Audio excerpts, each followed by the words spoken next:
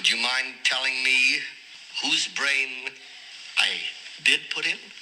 And you won't be angry? I will not be angry. Abby someone. Abby someone. Abby who? Abby normal. This is the Abby Normal Podcast, here to tell you that you're weird, and that's normal. Do you have periods of time in your life where your memories are super vivid? I have this period after my husband left me when I was all alone in my cold house, being depressed, and my little friend Katie stayed with me briefly. We had a couple of fun adventures during that time, but mostly we sat directly next to my wall heater and read books. Her in front of that wall heater is burned into my mind. At barely 20, she was just dark hair hanging over her book and long legs tucked up trying to stay warm. And calm. She brought calm. Many years later, Katie is still part of the EWCCCV culture, my term for the Evangelical, predominantly white church of California's Central Valley that we talked about in the Not the Same series. She is enthusiastically in it, working as the church secretary and serving in youth and worship ministry until COVID hit. She's actually attending the last evangelical church I participated in long ago. So we're going to explore some of the sticking points I have in the EWCCCV and how she chooses to navigate them. She's willing to talk about this because she thinks that hearing minority perspectives within a group is important, so other people know that they're normal. The belonging but not belonging but belonging kind of thing. I think it's a valuable conversation, so I want to make sure that we play it out from this perspective, because I know that I'm not the only one. I've never been the only one thinking about the things that I'm thinking about. So if anybody else is, and wants to hear a voice that says, yeah, me too, then Everything you say, somebody will say me too. That's just for sure. Fact of life. It's valuable to me when I hear somebody and I'm like, yeah, me too. Yeah. This time we're lounging in the bedroom. No books, but there's a palm tree outside which rustles loudly in the wind, contributing to the messiness of this topic and punctuating some difficult points. But before we jump into all that, I wanted you to get to know her a little better. Katie claims to be a raging introvert. She said she feels at home in the social awkwardness that has descended on all of us post-COVID lockdown. I feel like we're all so weird socially. It's like, what do we even have to talk about? But I feel like for the first time in my life, I'm trying to fit in the world. Right. Because if everyone else is awkward, and I've always been a little awkward, then I don't have to try to hide my awkward. Oh my gosh, so true. It's the great equalizer. It is. Yeah. It is. The awkwardlizer. I don't think that one works. Katie and I worked together many years ago. Technically, I was her boss, though obviously we crossed over that line into friendship. She's nerdier than me, or maybe I just mean she's younger than me. I tried to tell her about a new thing I discovered called Twitter.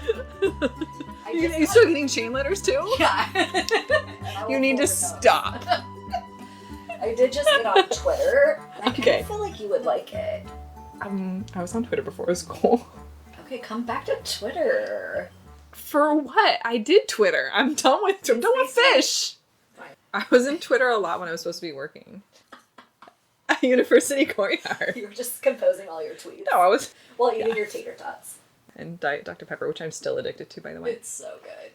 I was on Twitter when it was still just programmers and because there was a bunch of climbers. Oh, right. And we all connected. So we're normal people, and we would actually meet up in Yosemite and Joshua Tree. Some of the best memories of my early mid-20s were climbing with these internet strangers. It was the most bizarre thing. The first night that we all were at the campsite in Joshua Tree, this first big tweet up. I call them tweet ups. Super cute, right? And we were all you are exactly how I thought you would be. So weird. Because we'd been talking every day for a year. And no one's going to come onto a climbing conversation on Twitter and jack with people. No one has time for that. No. It's just no one has that much interest in doing that and faking it for that long. So everyone was exactly how you thought they would be. And my mom thought I was going to get chopped up into 1,000 pieces and mailed back to her. Turns out I'm still friends with some of those people, and it's been 15 years. I love that story so much. Right? So yes, I did Twitter. She has Reddit now. I guess that's where the cool millennials are. Anyway, as a kid, she wasn't afraid of being a little different. I love lizards. Yeah. I took lizards to sleepovers when I was a kid. It was super weird. And she was adventurous in her 20s, climbing, roller derby, and jumping out of planes. But now she's a mom, and adventure looks a bit different. I had a lot of adventures in my 20s that were really cool and that I love and I remember very fondly. And I just gave my parachute back. You did? I did. It doesn't mean I'll be done forever, but also, like, I have kids. That was a risk that I was much more willing to take before I had kids. Right.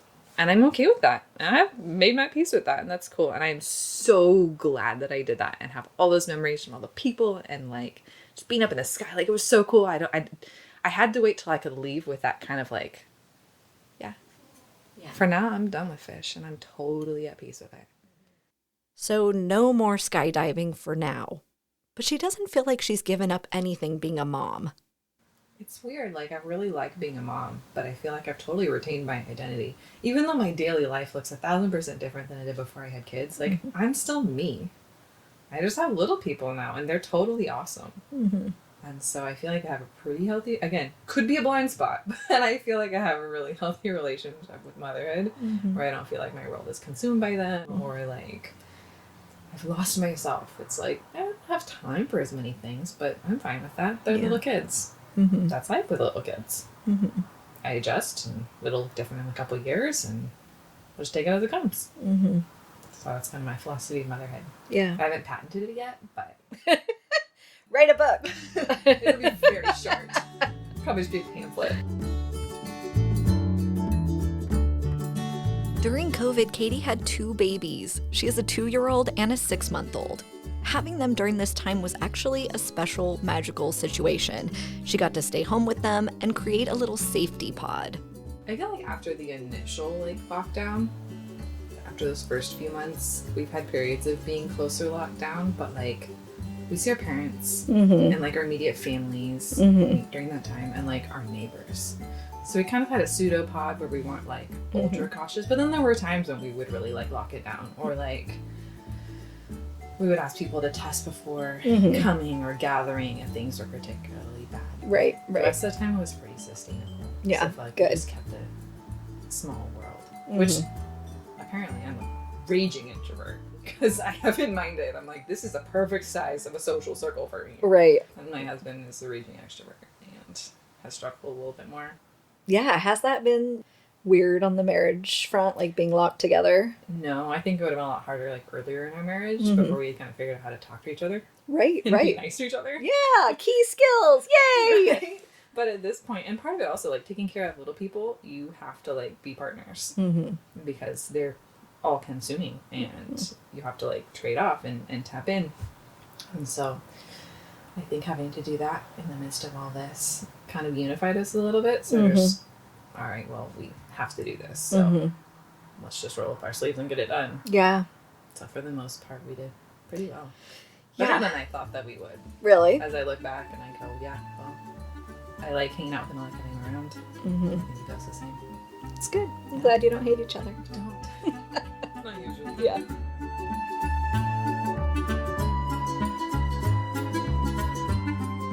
We were kind of talking about that the other night, that, like, in the really early days too, everyone was on lockdown and everyone was home, and before everything just kind of fractured in the world, Right. and we were all experiencing it together, there was this part of it that, even though it was hard, like, didn't suck in the same way. It was This is like hard for everybody, halfway and I'm with fun. my family, Right. and I don't get this time usually, and so Yeah. like, I don't want to look back and be like, oh, rose-colored glasses, it was so sweet and cool, but there were parts of it that were really kind of cool. Like, we had a baby, and we got to just be around for everything. I didn't miss any of my son's, like, anything. That's right? really cool. It is really cool. I mean, I feel the same way a little bit. I mean, I told you that 7th grade was hard for the kid, but, like, also I got to just be there with them every day. Like, you said, 7th grade is always going to be hard, whether you're at school or not. So to be with them every day and be able to talk about those things. It's like feeling like you're not alone in it. Yes. For you to get to be there with them and kind of be alongside when they want or need that. Yeah. I think that's huge. Yeah. I mean, I guess we don't really talk about the good things that much because I know, there's people that also were really struggling, right? Who owned businesses and bad stuff. Sometimes, like reflecting on the parts. Right. Because other people were suffering more than we were. Yeah. But there were parts of it that were fun. Yeah. I mean, we held my son for every one of his naps until he was 7 months old. 7 months. He did not take a nap by himself. We traded off because we're both home. Right. It was so great. Like, I still remember that, and I'm sad that it's over because I loved it. Yeah. So I try to hold my daughter as often as I can. Right. It's not as much, but I loved that so much, and was sad when it was over. And so this time around, I'm like, I'm going to hold on to that and make that part of my life, Yeah. The fact that moms go back to work, like, within 3 months is... Bananas. Yeah. I'm in a group on Reddit of women who all had their babies or were due with their babies in the same month, right? It's kind of cool because there's, like, themes at each month. And that we've been in this group since early pregnancy. So everyone either was, like, the birth stories for, like, 6 or 8 weeks. And then it was, like, the feeding woes, and then the sleep woes, and then this month it's been the going back to work woes. But you're doing this, and other people are, and you're talking about it, and you just feel kind of, like, connected with this group of strangers, which I love about Reddit, by the way. Like, you don't know anybody's real name. You don't share identifying information, but you, like, get each other. Yeah. Yeah. Right, right. Yes. So that's been the conversation lately, Going back to work. It sucks for pretty much everyone. Even people who like their jobs, like I do. Oh, totally. Cherry situations. Yeah.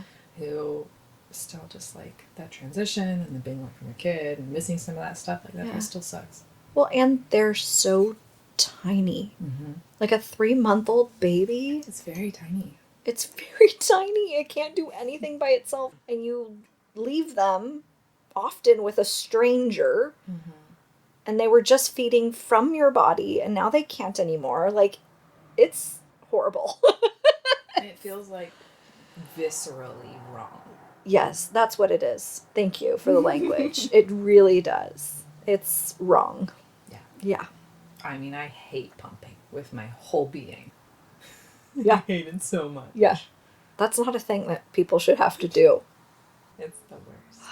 So do you pump at work? Yeah. But only so that my milk supply stays the same. Because I really have to pump the one day. She's with me the rest of the day. Right.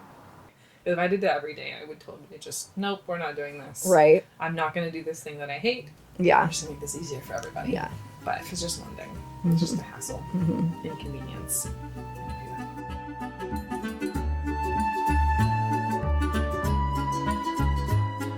Katie does all the baby duty at night, which she says she's happy with. Her husband does the big kid stuff, like bedtime and running errands, and he regularly tells Katie that she's doing a great job, which she obviously is. I asked her if they're considering adding a third kid, which apparently is kind of a complicated question since they conceived via IVF. So you're really thinking you might have a third? We have 2 more embryos on ice. So, ethically, like, it's important to us to give them a shot or to donate them.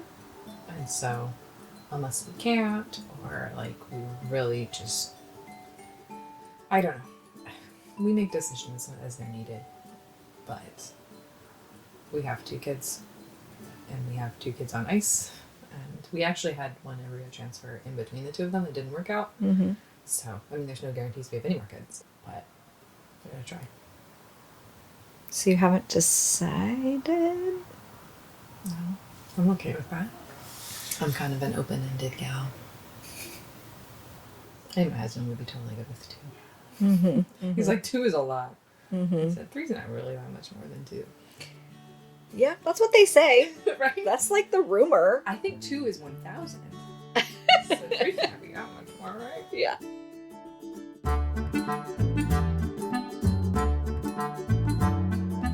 Okay, you have a good understanding of Katie's stage of life. So it's time to talk about life in the EWCCCV and that gray area of belonging and not belonging in your faith community. I'm kicking off by giving her an abridged version of my own church journey and what I cannot abide by in a church. Because, I was going to the Well before we moved. Uh-huh. And then we just had a long time of church shopping and nothing felt Such right. a weird term, but it's exactly what it is. That's what it is, yeah. So we recently found somewhere that we're going now. So authenticity, which we already talked about, was a big thing for me that I was looking for. And then I can't go somewhere that's not gay affirming. Sure. I can't do it. Then you shouldn't. Yeah, I'm not going to. Yeah. And makes that easy. Women not being in leadership, I can't. I have to be somewhere where. But are you okay with other people for whom that is important? So for you, you're like, I want to be in a place where this is affirmed and where women can be in leadership. Is it okay for somebody else to want to be in a place where women are not allowed in leadership and it's not gay affirming because of where they land personally with faith and belief?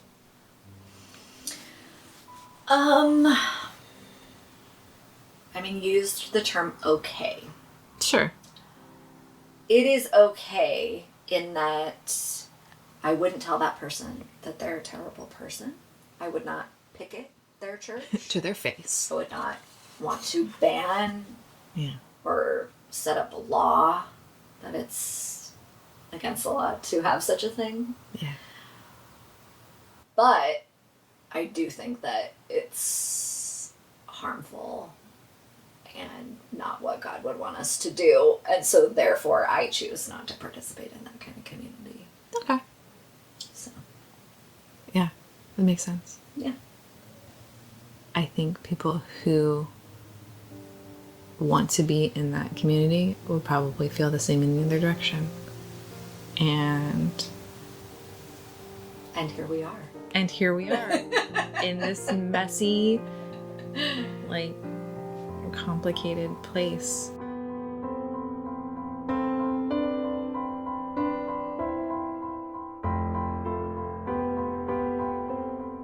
Did you see how she skillfully shifted that conversation? I was talking about not attending a church that doesn't allow women in leadership, and she quickly interjected a question. Is that okay? I'm the question asker here, y'all, but she put me on the hot spot, and I'm not sure I showed up fully authentically. I have a rage about this issue that I tamped down to continue having a conversation that was inviting and not divisive. But her move made a point. And it was about what it means to belong to a group. And I think that's kind of what both the beauty and then the ugliness of community is you want to be with people who are like-minded because we want to belong, and that matters. And I think that I'm somebody who believes that faith matters, and so being in a faith community where that's true, that matters, and it should. And that means that there's always going to be a group who's in opposition to you, who's a group, because we want to be with people who align with us, right? Because that matters. And it's just messy, and those are the things that I'm like, all right, God, do what you're gonna do. This is I can't fix this. I don't know what to do here, but I think that you're good, and I think that you're real. And I think you've got a bigger plan than all this mess. So just help me out. Help me get through this. She's purposefully disconnected from the contentious issues du jour. Some things she just has to suspend to remain in relationship. I guess that's where I was going with what would you want to know 100%. Is there anything God could whisper in your ear? No, there's not any one issue that I'm like, okay, well, if he could clear that up, that would solve it. Yeah. Those issues have been since the beginning of time. Since the beginning of recorded history, at least. That's what we mostly have, right? So, no, because I think it'll be different in 50 years. I've had this conversation with old coworkers when I worked at the church. That whatever the issue du jour is right now was not the issue du jour 25 years ago and won't be the issue in 50 years. And so if we understand that some of it's just a cycle of Well, and that it's cultural. That you can kind of separate from it a little bit in your daily life and actually like care about the things that matter in your real, actual human daily life, which is, I think, what matters about my faith. Yeah. I think the belonging matters. I think that it's hard to figure it out. I think it's hard to figure out where you fit when you don't fit anywhere. I think you have to suspend some stuff. I know that my husband and I have had to suspend how we felt about COVID and how the Christian community handled COVID, how the conservative community handled it. Even our friends, sometimes we had to suspend that in order to remain in relationship with those churches, those communities. And I was willing to do that because that matters to me. Both things matter to me. Both the relationship with those people as well as like the health of my community. And I was willing to indefinitely be kind of like, welp, here we are. And hope that someday it resolves, which I think for us it mostly has. But also, as I would have those conversations with people about that issue, about COVID, about how the church was handling it, and finding out I wasn't the only one and not feeling alone, that helped a lot. So I think when you're kind of in that middle place, knowing that you're not alone helps a lot. And that's for me. That middle place is often where she chooses to be. Political party affiliation is one example. I hope that I'm not speaking out of turn and saying that neither my husband nor myself identify with any particular political party at this time in our lives. We feel kind of like orphans politically. And so it's kind of cool to live with somebody who maybe we don't agree on every single thing or every single thing that we vote about or like political issue. But that also is kind of like, let's just take it one at a time. And I don't have to align. And being okay with that. That was a gradual thing. It wasn't like I woke up one day and I'm like, okay, this is my political party. This is not. It was just kind of like a gradual shedding of having to belong to a particular group. And then just deciding like, okay, at the time where I can make a decision that, or have a conversation about an issue related to that, to politics or a political situation, then that's when I will do that. But outside of that, I don't feel like I have to be. It feels like, because I've definitely shifted politically, and that definitely feels like a gradual thing. Yeah. I mean, I think Trump's election, like, sent me over an edge. Like, it definitely gave me a giant shove in one particular direction. But prior to that, yeah, gradual. That's one of those things, like, amuses me. First of all, politics and religion are so like closely tied in our like current culture, unfortunately, that like breaking free of that is kind of like you have to work really hard to do it. But I just like, I think you have to suspend some measure of reality. If you're a conservative, like if you're conservative politically and conservative religiously, like I don't understand how you look at some of these things that have happened and like can be okay. Like I don't get it. No, I don't understand. Like did you just comprehension? I don't understand. How did you do that? Because I want that skill sometimes and I don't have it. Do not know. I don't get it. But then I'm like, the other part of me is like, okay, did the wool just get pulled over my eyes so far that like I'm not getting something that they're getting? Like it just makes you start to question everything. Yeah. Like what happened to reality? Right. Yeah. Baffling. Did you watch, is it called Social Media? I watched like 2/3 of it. Yes. It's like remember you asked me if terrifying. I've watched or listened to the podcast. Right. I made it through part of it. Yeah. I didn't finish it. Not because I didn't like it, just because something else happened. Yeah. Yeah, it was terrifying, but also, okay. But also That made is- me go like, oh, okay, this is the component that Yeah, we it's fascinating, we can't though. comprehend. He's really taking offense to that. No, but it was, yeah, it's super interesting. I choose it. I can decide not to have a phone, or I can turn it off and not have to deal with any of that. Like you have to take the bad with the good. So I thought it was kind of cool.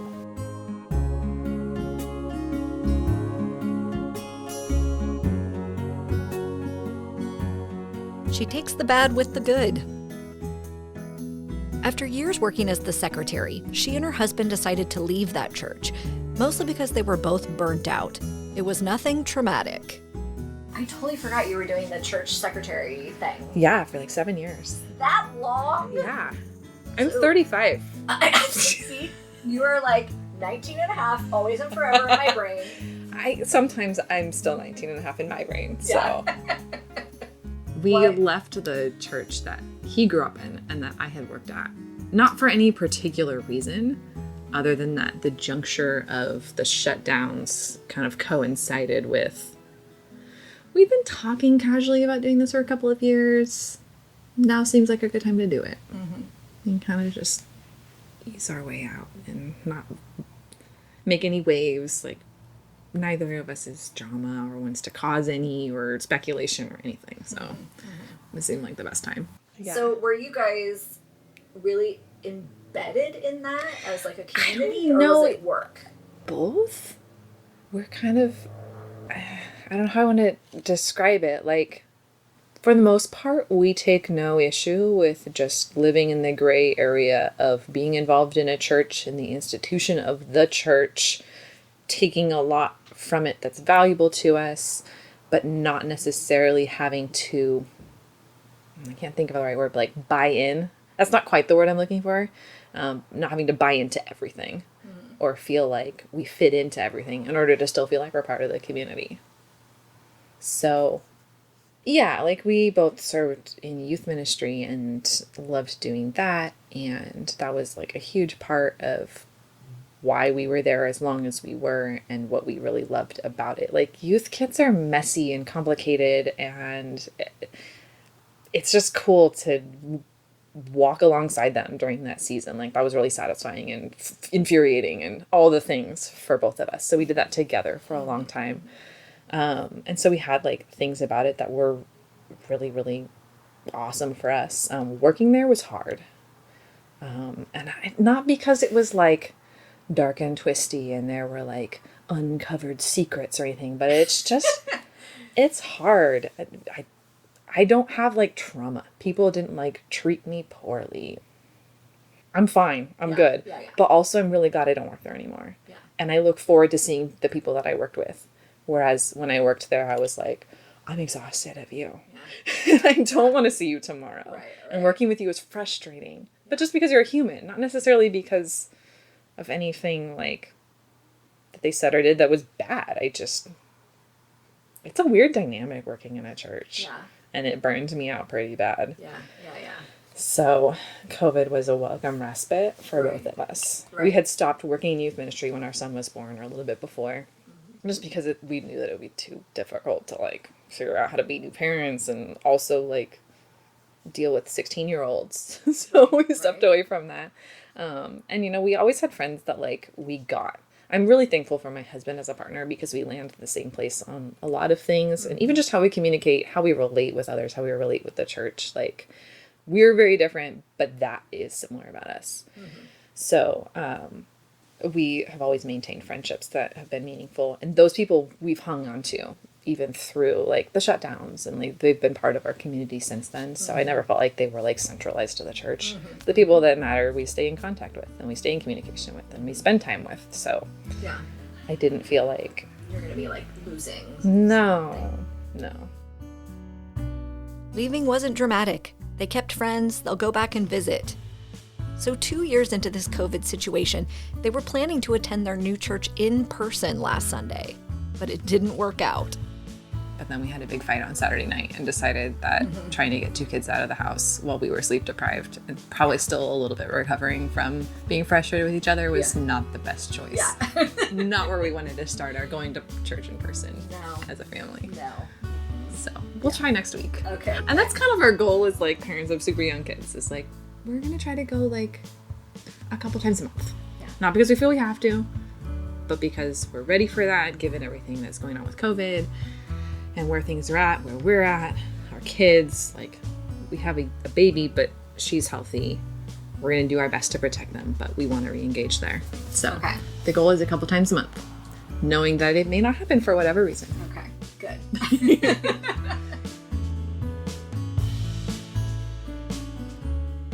Okay, so as of this interview, they hadn't attended anywhere in person. but they have been attending that church I mentioned earlier online. Here's how they selected it. I tell people when we talk about it, like, when it comes up, I'm not shy about it because I don't have anything to hide. I will go anywhere that my husband wants to go and feels comfortable. He really wanted to go there. He really wanted to try things out, and we don't carry any baggage going in there, so let's try it. He's been happy, so I'm happy. I think that my kids will do great there. I'm happy. We could go to any other church in town and I'd probably feel the same, unless there were issues that came up, but I don't have any issues there. So is it mostly just because, like you said, you don't really care and could probably go anywhere, that you go where he wants to go? Like, he's more picky than you? Like, what is it? Not necessarily. I think that we would handle things as a partnership, and if there was something that bothered me about someplace, we would make that decision together to either work through that or go somewhere else. But I don't have anything in particular pulling me there, or anything that really I really want to go there. He really enjoys the worship. We both have led worship and participated in worship, and at our old church, that was an area where he got burnt. In serving in that ministry. So having a place where that part of it that he enjoys so much is something that he likes. Cool. It just makes the decision easy. I don't know that you always have to have big reasons for something. But for me, I don't have a big reason to go there, but he has a reason he wants to go there. And we collectively have decided, yeah, that works. Here's what Katie wants out of church. I'm not sure. Or why go, I guess. Yeah, and I thought about that with the shutdowns with COVID, because we attend church in our pajamas half the time, eating frozen waffles on the couch, and someone's crying, and usually not one of us. Yeah. One of the kids, but still, it's not terrible. I think that there is value in community, at least for me, even when it is messy. Yes, it was complicated working at that church that I worked at, but there's also a lot of value in meeting people and worshiping with people. The first service that we attended in person was Easter. I don't know if I count it because it's Easter. Everybody goes to church on Easter. Right. It's a tradition. Yeah. There wasn't any big reason why we went other than that it was outside, so we felt more comfortable with that. But it was really cool to do worship in person with other people, and I like the social connection, even if it's a little bit messy. I like seeing people and talking to them, and it doesn't have to be about spiritual things. Sometimes it's just how are you doing? And I think that you have access to that when you see people in person.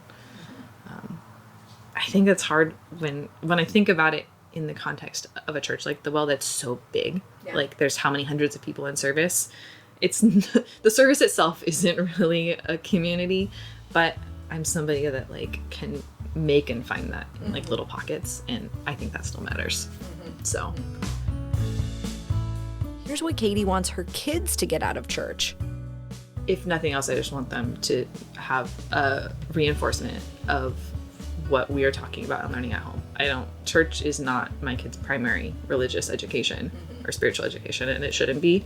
That's ours. That's our job. So I pray with my kids, and I get my Bible out with my kids, and I sometimes read it out loud to them, and it's just kind of I do it how I would do anyways, and don't make a thing of it, because that's just how I do my life. I don't do it every day, but this is my life, and it's kind of messy, and it's kind of erratic and kind of all over the place, but I try to be authentic even with my kids.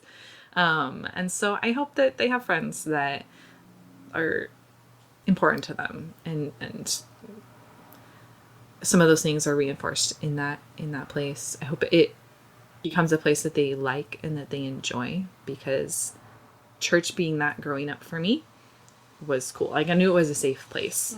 So I grew up in a really safe home. My parents were great, but as a teenager, you need a place to be sometimes that isn't home, just while you're trying to figure out who you are. And so the church groups and the small groups that I was part of were very much that for me.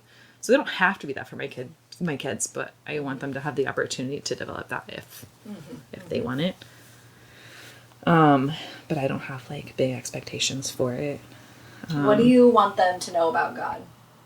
I want them to make their own decision about him. I really desperately hope, because I believe that Jesus is like my savior, and that is like central to my faith. I hope, because I believe that, and I believe that it's true, I hope that someday they do too, but I can't decide that for them. So all I can do is like live out my life how I do, and like pray with them and for them, and just like, I know this sounds weird, but they're not my kids. Like, they're my kids and I'm raising them, but they're not mine. So if my faith is real, if my faith is true, then they're more important to God than they are to me. And so I'm going to trust him with them more than I trust me. And I'm just going to try to be authentic with them. Mm-hmm. I desperately hope that they place their faith in Christ someday, but that's not my choice.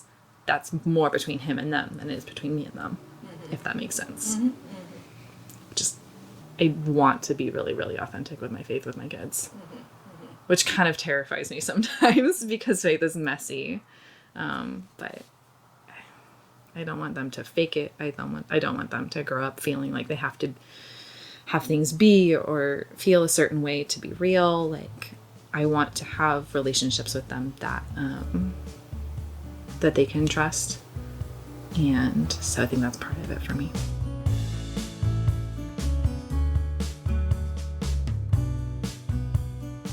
So that's her vision for church participation. I made a bit of a shift and asked about the structure of her marital relationship.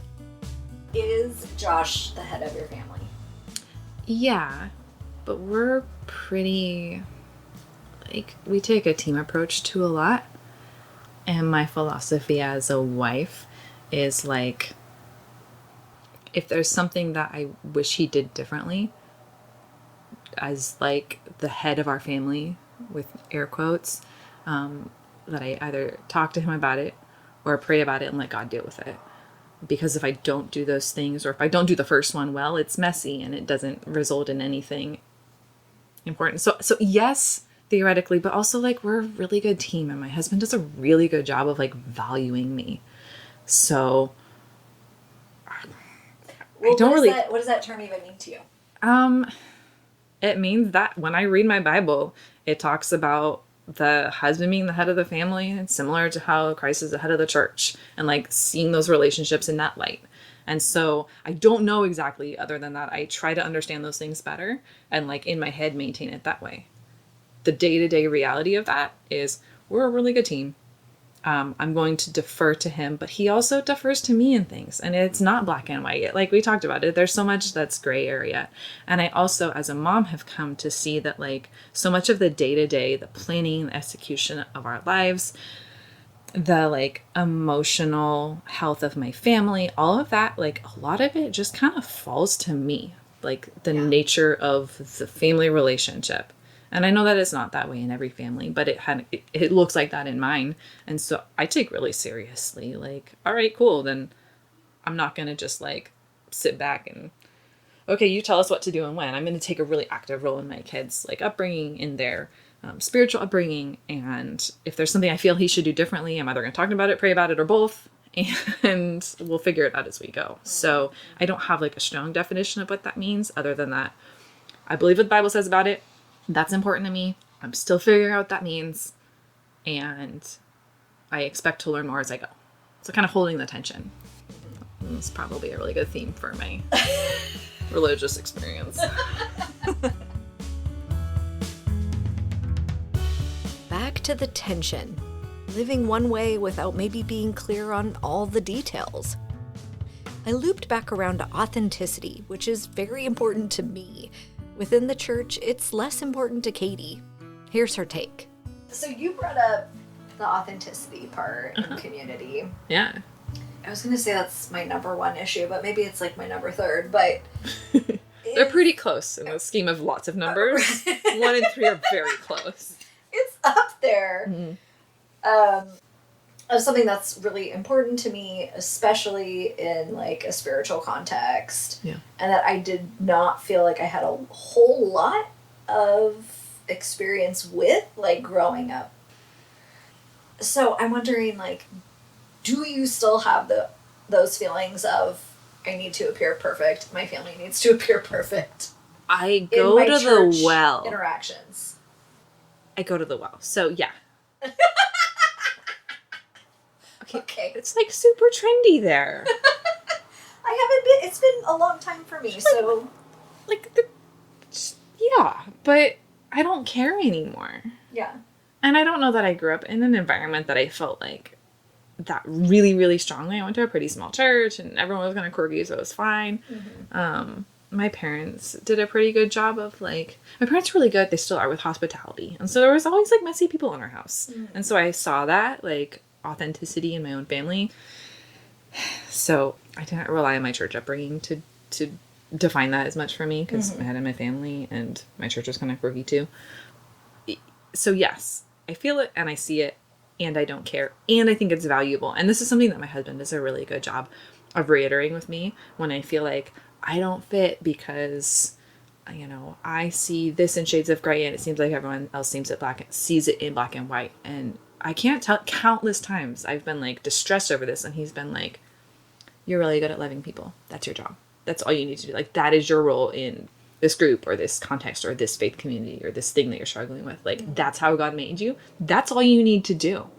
The rest of that stuff is just noise. And so he does a really good job of kind of bringing it back around to the actual facts of the situation and not what I'm perceiving about it. And that has helped me to care less. Also being in my 30s. Right. I just care less about most things. True. Yeah. I don't know what clothes to buy anymore. I'm in leggings and a maternity shirt. I'm not even pregnant, so I don't care. Yeah. But I know what you're talking about because I felt it too. So how do you find, or maybe you don't and you don't need it, but I want real relationships with real humans and all their messy and mistakes and different. Then I think you just be it.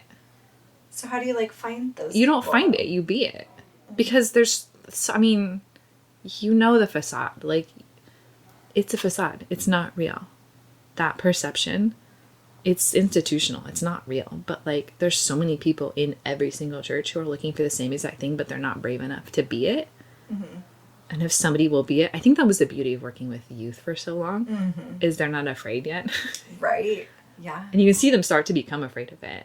But they're not afraid yet. You can see the light drain from their eyes. Yeah, you can, and it breaks your heart. But I think that's where I've made my peace with it. With so much of my husband's input is well, it's not the church's job to do that. The church is an institution. The church has to function how it functions, and I'm going to have to suspend some of my, personal feelings about that in order to attend, but I'm fine with that. That's a tension. I'm okay with the tension, I think. And I find so much satisfaction myself in building those relationships and maintaining those relationships that are authentic, that I just don't really care about the noise that much most of the time. It creeps in sometimes because I think that I'm a human and not a robot. But most of the time it doesn't get to me too much. I think that's been the beauty of partnership, and a healthy partnership for me is somebody who helps bring me back to that. When I start to spin out into why is the church so broken and why are people so judgmental? Well, yeah, but they're not all like that. And they need you.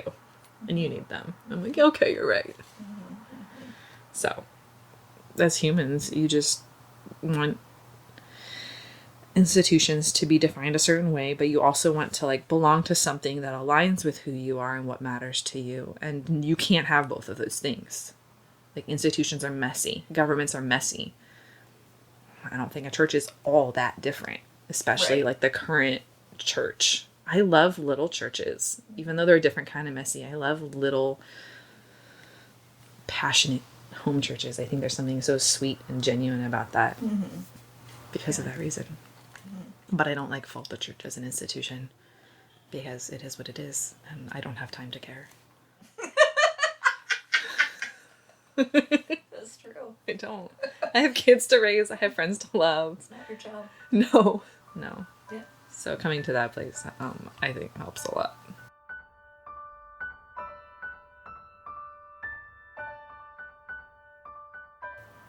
because I think that authenticity is so important. And I don't think it has to be important to everybody. I think the importance that I place on it, that doesn't need to be true of every single person. That's something that is true of me, and a color that I bring to my community, to my people, to my life, the people that I love, and vice versa, that I don't need everybody else to have. And that's what makes it work. So, even within my marriage, my husband's more outgoing and he's more outspoken, and I'm the one who's kind of like, hey, like, maybe don't say that. Like, that was kind of abrasive. Not necessarily, not about religious things, but he's just more outspoken. Yeah. And he doesn't make a habit of saying abrasive things, but sometimes I'm the one who's like, and so we do that for each other.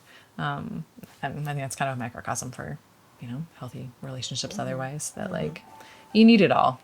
I need people who are things that I'm not, but I'm super valuable to that. So I don't want to like sever myself from this community because I don't agree with everything that they say, because there's parts of it that are valuable, even in the like greater ministry of the church, the Big C Church.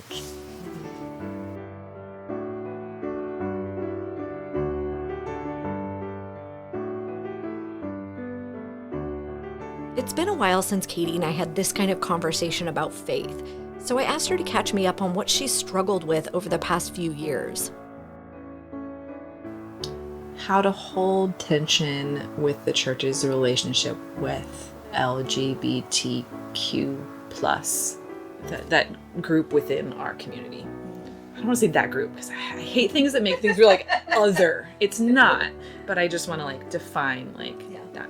I think holding the tension there, having, plenty of friends and family members who fall into various places on the spectrum of sexuality, and having those conversations with them, having those conversations with members of our family who might land in a different place, figuring out myself how to hold tension between like scriptural truth and actual relationship and what really matters and what's my business and what isn't. I don't always do it perfectly. I've had some hard conversations. What do you mean? Well, you said like hold the tension. Sure. Between these two things or these two groups. Like, what is the tension? I don't exactly know, which is why I'm holding it. People that I love very much land in places very differently than the church and many churches say is okay. And for me, I'm like, I don't care. Do you know Jesus? Do you believe he is who he says he is? Do you know Jesus? Do you believe he is who he says he is? That's about where I end as far as what someone's like sexuality and gender identity are. I don't care. Like, and I feel like I should, because I'm part of this community over here where a lot of religious conservatives say like, no, you have to care. This has to be a big deal for you. And that's not my business. I don't care. That's fine. But like, do you know Jesus? Because if that's something that he really thinks is important for you to deal with him, he's going to do that. If not, he's not going to. And so, but I feel like there's tension there. It's not a like, okay, I've come to this place of perfect understanding, and now like, if you'll just listen to me, like we can all get on. I don't think that's true, but like, I don't know. So the only thing I know for sure is Jesus is real. And like, he makes sense. So do you know him? Do you believe him? All right, let's start there. And I don't, that's the place that I can like peaceably live my life between these different communities that my life touches, if that makes sense.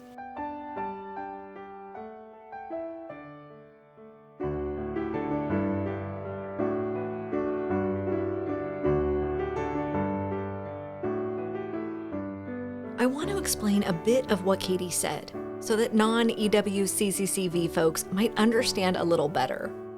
First of all, when Katie says, I don't care, this is not directed towards the LGBTQ community.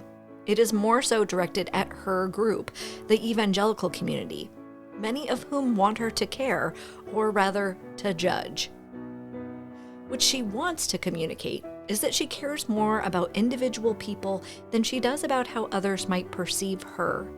She cares about who people are and what matters to them. She cares about their sexuality and their gender identity if that is important to them, and she understands that for many it is. It may feel counterintuitive, but this "I don't care" has power because it is counter the predominant ideology. Here's some clarification. I think the hardest part was just learning to not care about the pressure. I think I told my parents once, we have a couple of family members who have defined themselves as non-binary. Mm-hmm. And so I've said, like, I hope that people within the religious community look at me and aren't really sure where I land with my air quotes, because I don't care. And I want people to feel valued and loved. And I think that it gives people who are looking on thinking that they're supposed to be judgmental, I think it gives them freedom to see somebody who doesn't care. I don't care. I can love anybody wherever they're at. Unless they're mean to my kids. Then I hate them forever. Dead to me. Dead to me. But otherwise, I can do that. And so I think when I was younger, I would have probably taken pride in being like, see, I'm more enlightened than you because I can love better than you. And now I'm like, I don't care. But I think that it's freeing for other people to see what it looks like to just love people where they're at. And not because you need them to be different, but sometimes to love people who are different than you, but they're not really that different. I just feel like it's been kind of this like long-standing thing for the last several years between like the conservative faith community and anybody who's not in that community, that like it's hard for me sometimes to associate myself with that community because of that perception, right?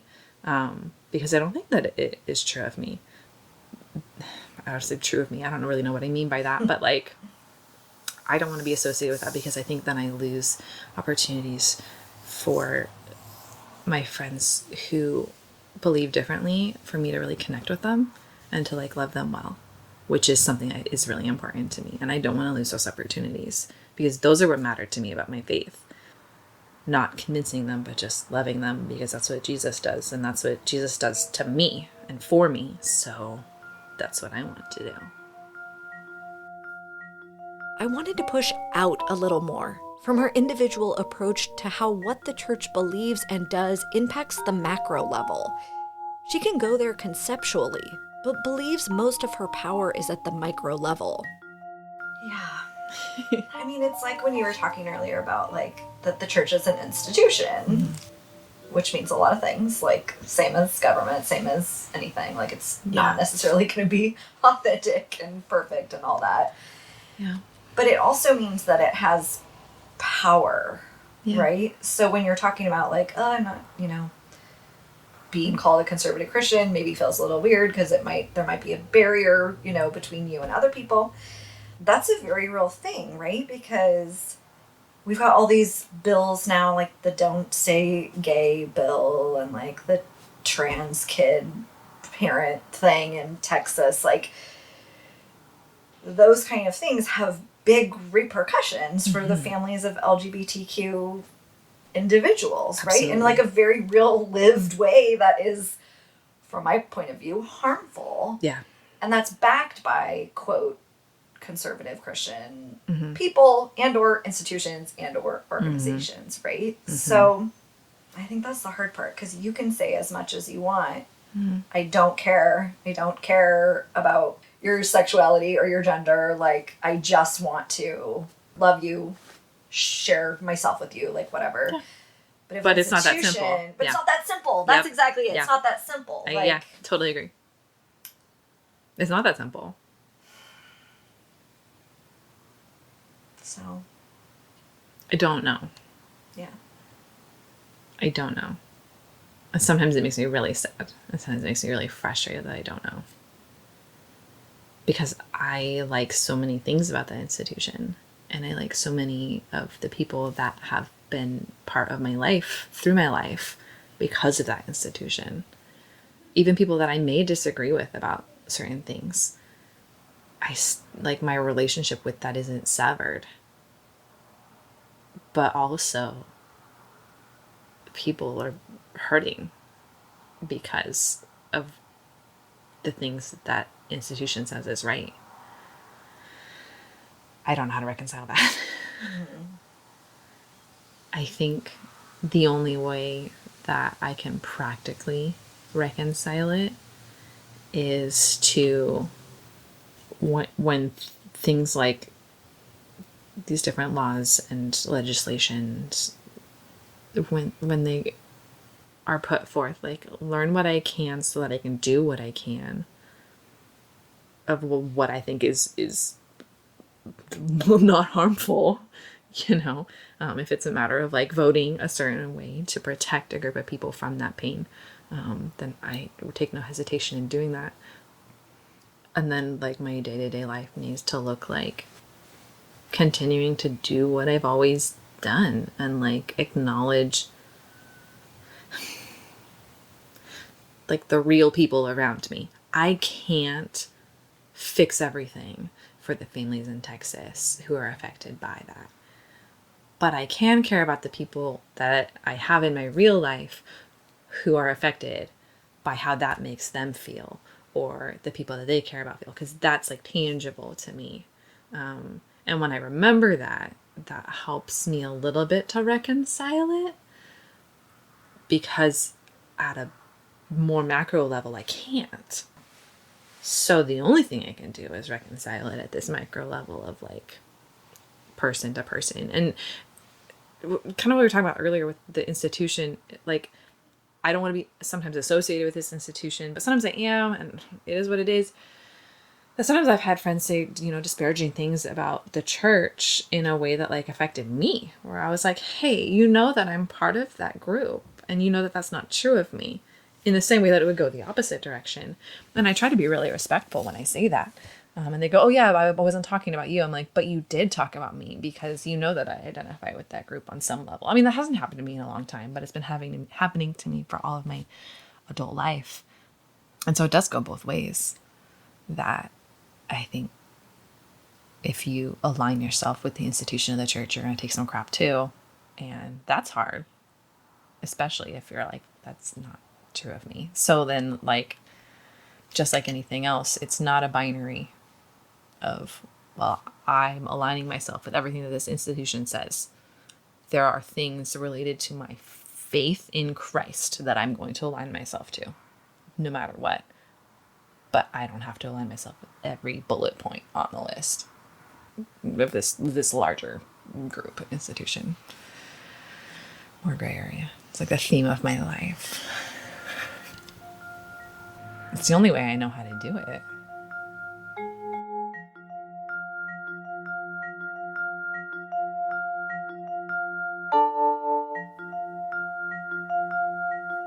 If that was what she's struggled with, here's what she's discovered and enjoyed, spiritually speaking. I feel like I've covered a lot of that just in like the talking in general. Youth ministry was one of the things that I really enjoyed. Right. The friendships that I've carried forth that like really solidified with me and like we're tight, but then we also share that like core of our faith, because I do think that that's an added layer of connection that you can have with someone when you share that, like when you share a similar faith. That isn't necessarily a bad thing to not have with somebody else, but it's an addition to the relationship when you do have it. So the friendships that I've taken from those places, those churches and groups and things like that. Another thing that I have learned in stepping away from like formal ministry is that formal ministry doesn't need to be like, you don't have to. Yes, a church needs people to volunteer to be part of these things, and they matter and they're important, but like also as an individual believer, if I can use that term, so much of my like day-to-day ministry and like living out the truth of the gospel and living out my relationship with Jesus is just like in picking up some soup for my neighbor who has the flu while I'm like out picking up groceries, and just getting to know the other mom down the street who has a little kid around my kid's age. And it doesn't have to be fancy or it doesn't have an agenda, and it's just kind of like life. But I feel like that's what Jesus did when I read about him, when I talk about him, when I learn about him. So that's what it looks like to be like him, which is important to me. And so ministry doesn't always look like, okay, we're going to have small groups at this time. We're going to do this. We're going to do that. I think those have their place. They can be valuable, but they're also seasons. And I really enjoy being open to whatever ministry. So if it works out that at some point in my life in the future, I'm involved in a specific ministry group again or leading worship again, that's great. That's cool. But I'm not holding my breath for it. And I don't think that not participating in those things makes me any less of a part in the church. I don't think it makes me not as good of a church goer. I don't care. Like, it's still important, still valuable. I don't feel like any of my worth is tied to it, I guess is the best way to say it.